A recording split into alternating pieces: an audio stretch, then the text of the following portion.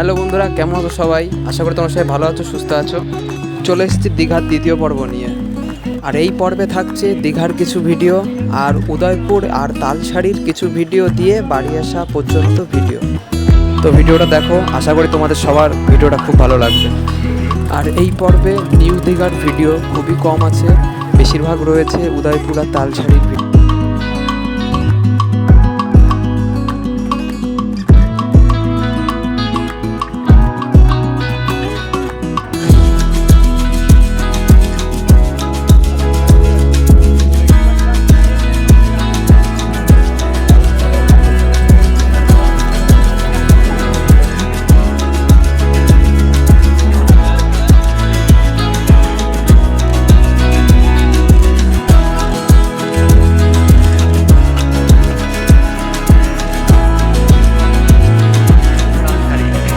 শাড়িতে আইছি আজকে আমরা, ঠিক আছে।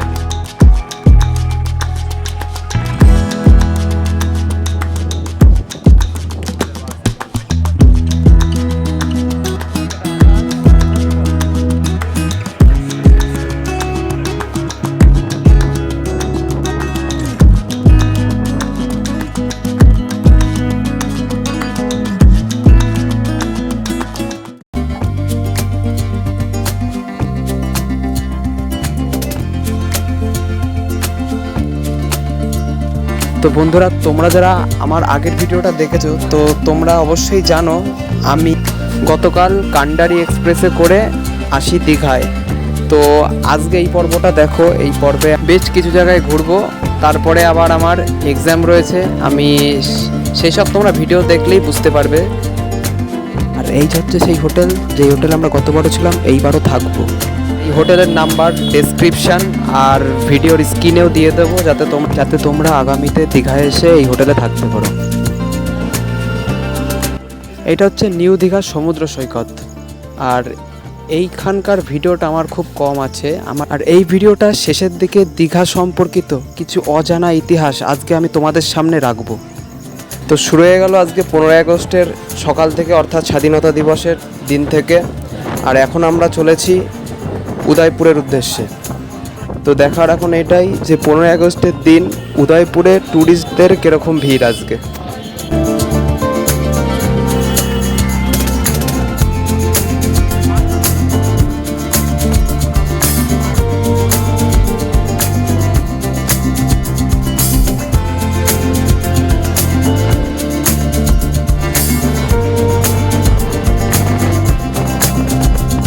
আমাদের গাড়ি নামিয়ে দিল কিছুটা আগে, এখন আমাদের হেঁটে যেতে হবে। আর এখানে স্কুলে স্বাধীনতা দিবস পালন করছে এরা।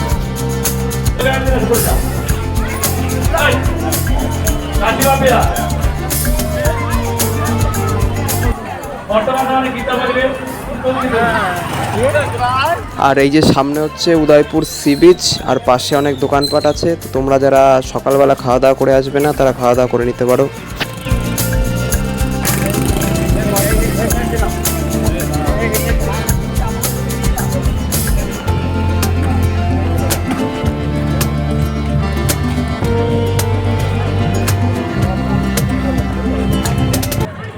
এই উদয়পুর কিন্তু আরেকটা জিনিসের জন্য ফেমাস, সেটা আমি আর ভিডিওতে উল্লেখ করছি না, যার জন্য এখানে দেশভক্তির গান খুব বেশি শোনা যাচ্ছে আজকে।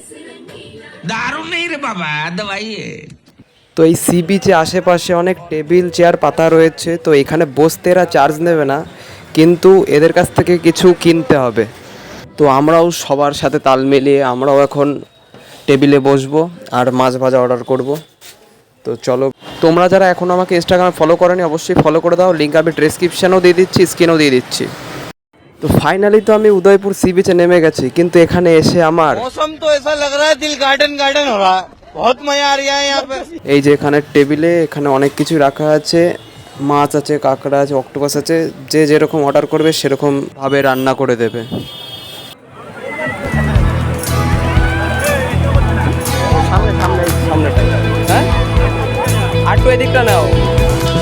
ভিডিও শুরুতেই আমি তোমাদের বলেছিলাম যে আমার পরীক্ষা রয়েছে উড়িষ্যাতে।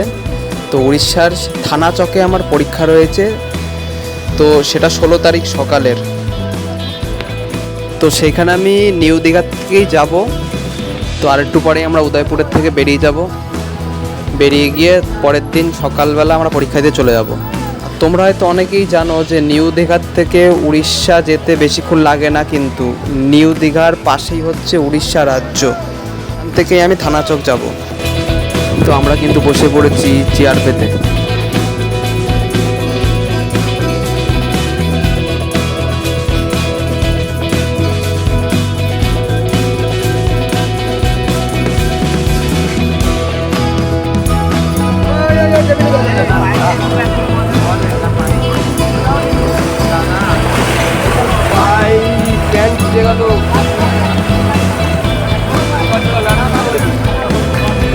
তো চলে এসেছে এখন আমাদের মাছ ভাজা। যেহেতু আজকে 15ই আগস্ট, তাই চারিদিকে শুধু আজকে ভারতের ফ্ল্যাগ।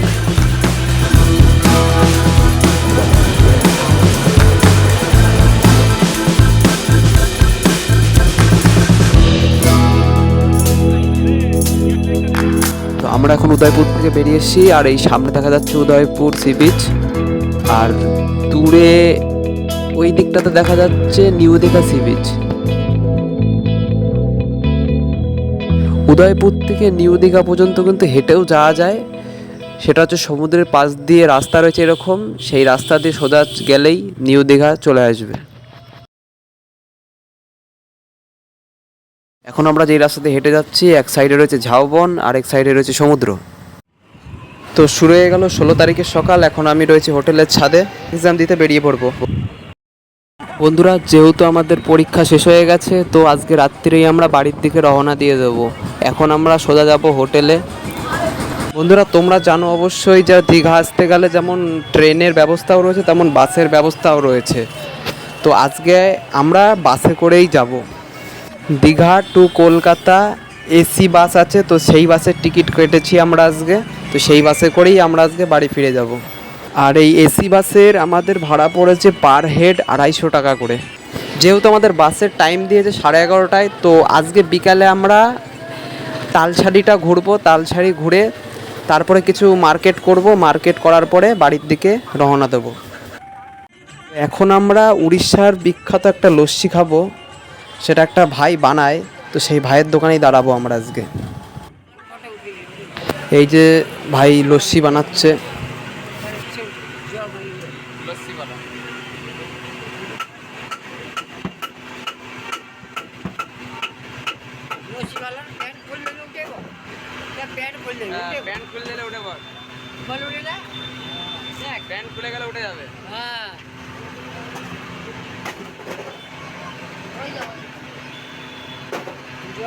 তো এখন এই লস্যিটা দিচ্ছে বনবিটা।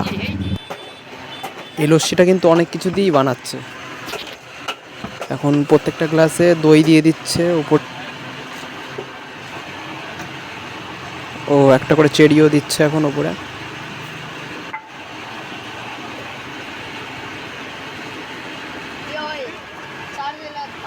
আর এই লস্যির গ্লাস পড়েছে আমাদের এক একজনের 25 টাকা করে।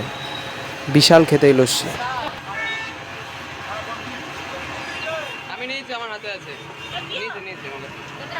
এই যে হচ্ছে সেই ভাইয়ের দোকান। তোমরা যদি এইদিকে আসো তো নিতে পারো এখান থেকে। লস্যি খাওয়া হয়ে যাওয়ার পরে এখন আমাদের যাত্রা শুরু হয়ে গেল আবার দীঘার দিকে। তো বন্ধুরা, এখন আমরা দীঘায় ঢুকে গেছি। আর থানাচক থেকে দীঘা আসতে মোটামুটি আমাদের সময় লেগেছে আধা ঘন্টা মতো। আর তোমরা যারা আগামীতে দীঘায় আসছো, আমার মতে তোমরা নিউ দীঘায় থাকতে পারো, কারণ এখান থেকে অর্ধেক ঘোরার জায়গা হেঁটেই কভার করে দেওয়া যাবে।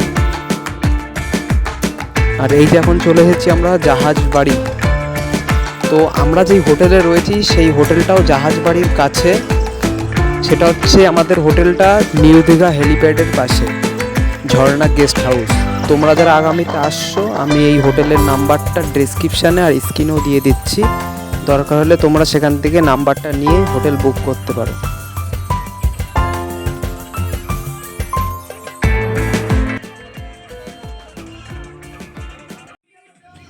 যেহেতু লাস্ট পরীক্ষা, তাই সবাই মিলে আজকে একটু আনন্দ করছি আমরা।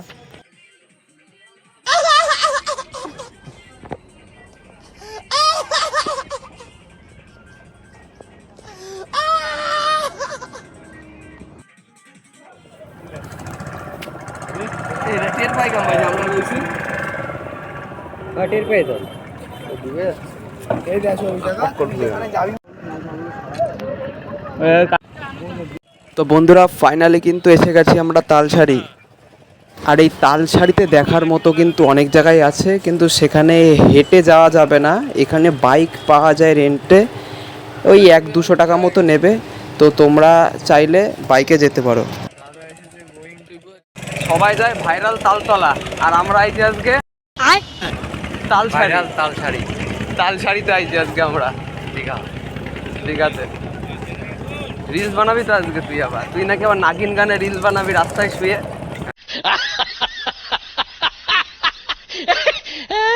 তো বন্ধুরা আমরা তালসারি আর বেশিক্ষণ থাকবো না, আমরা এখনই নিউ দীঘা হোটেলের দিকে চলে যাব। আর হোটেলে গিয়ে আবার ব্যাগপত্র গোছাতে হবে, বেরোতে হবে আজকে। তো চলো দেখা হচ্ছে একেবারে বাসের সামনে।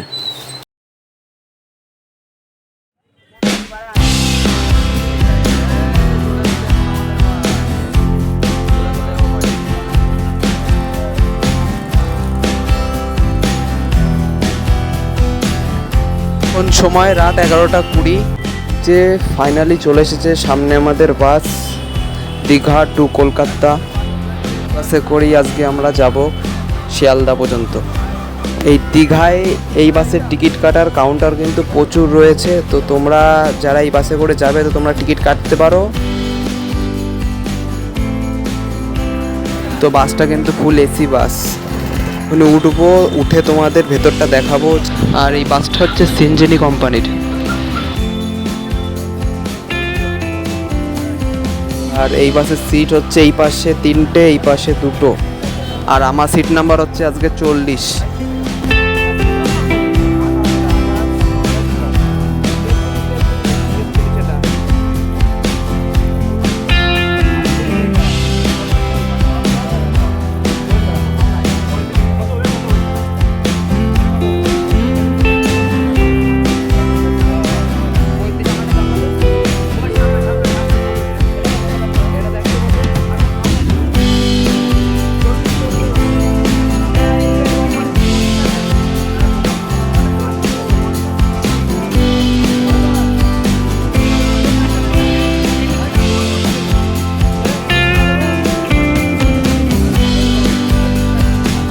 এই যে প্রতিটা সিটের উপরে একটা করে এসি দেওয়া রয়েছে, আমাদের সিটের উপরও দেওয়া রয়েছে একটা।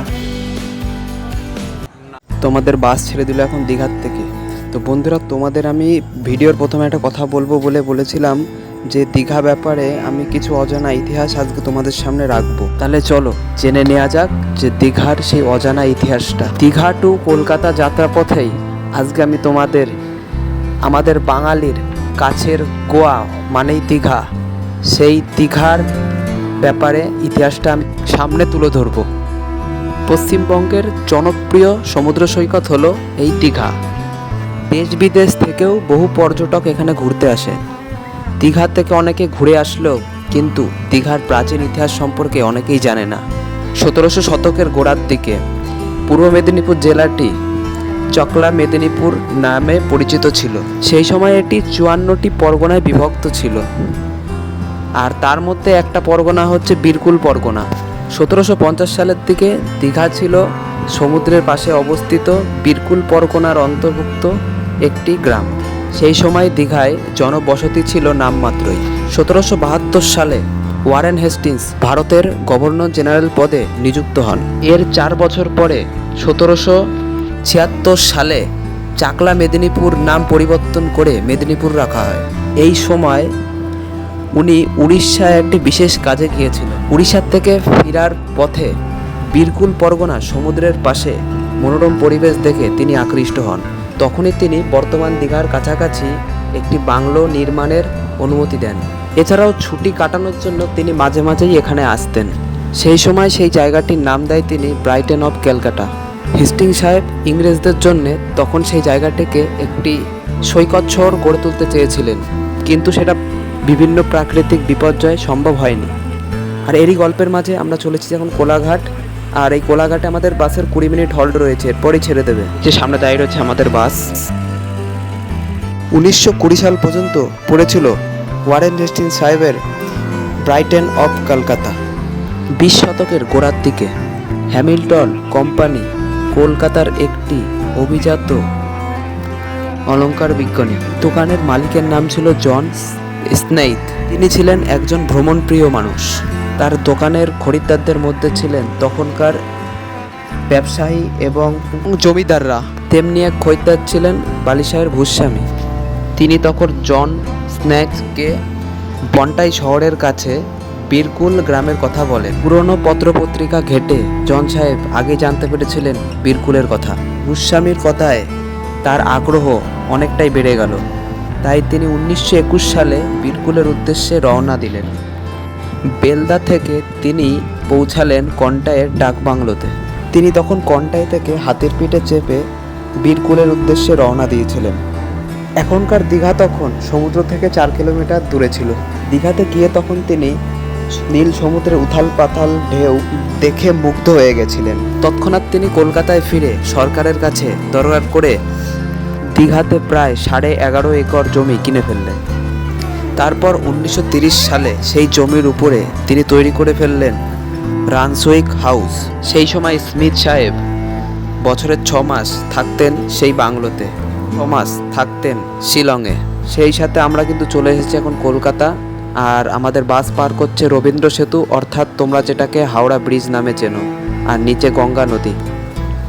তবে বীরকুল পরগনার নাম দীঘা হলো কি করে সেটা এখনো সঠিক জানা যায়নি। তবে অনেকের মতে দীঘা মোহনায় স্থানীয় যেই চম্পক নদীটি আছে সেটার সংযোগস্থলে ওখানকার লোকাল লোকেরা বলতো দিঘি।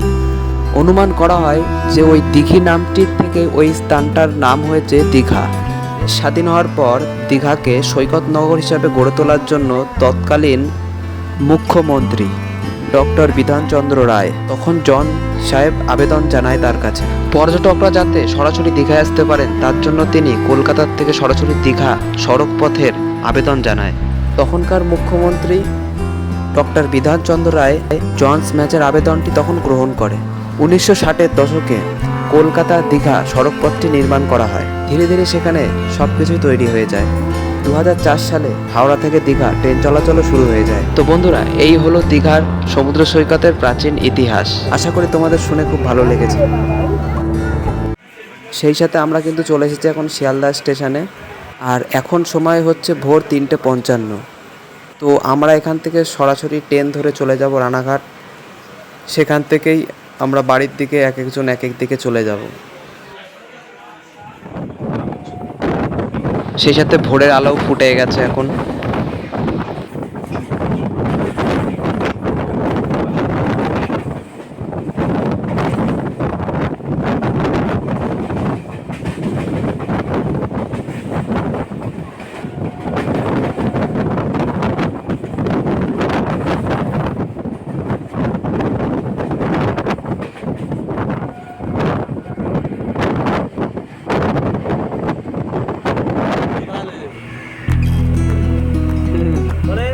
এখন আমাদের ট্রেন ছেড়ে দিল পলতা স্টেশন।